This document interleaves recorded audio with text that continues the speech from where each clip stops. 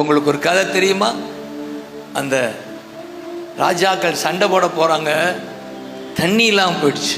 2 ராஜாக்கள் 3ஆம் அதிகாரம் அல்ல, தண்ணி இல்லாமல் போச்சு.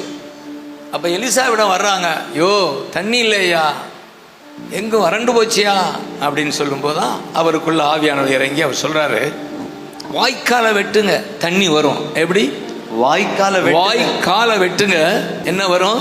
தண்ணி வரும். தண்ணி வரும். அது முதல்ல வாய்க்கால வெட்டுறாங்க, இந்த பள்ளத்தாக்கு குழி வெட்டுறாங்க, கிணறு போல. தண்ணி வந்துச்சா? பாண்டு எனக்கு வெளிப்படுத்தாரு. வாய் சொல்லுங்க, வாய் கை வைங்க. வாய், வாய், கால், கால். தமிழ் வாய், ஆங்கிலம் கால். கால், இதான் வாய்க்கால். வாய்க்கால். இந்த வாய் என்ன செய்யணும்? கால் பண்ணணும். ஹalleluya. கூப்பிடணும், சொல்லணும், சொல்லணும். வாய் திறந்து சொல்லணும். எஸ். வாய்க்கால வெட்டுவீங்களா? கை தட்டுங்க.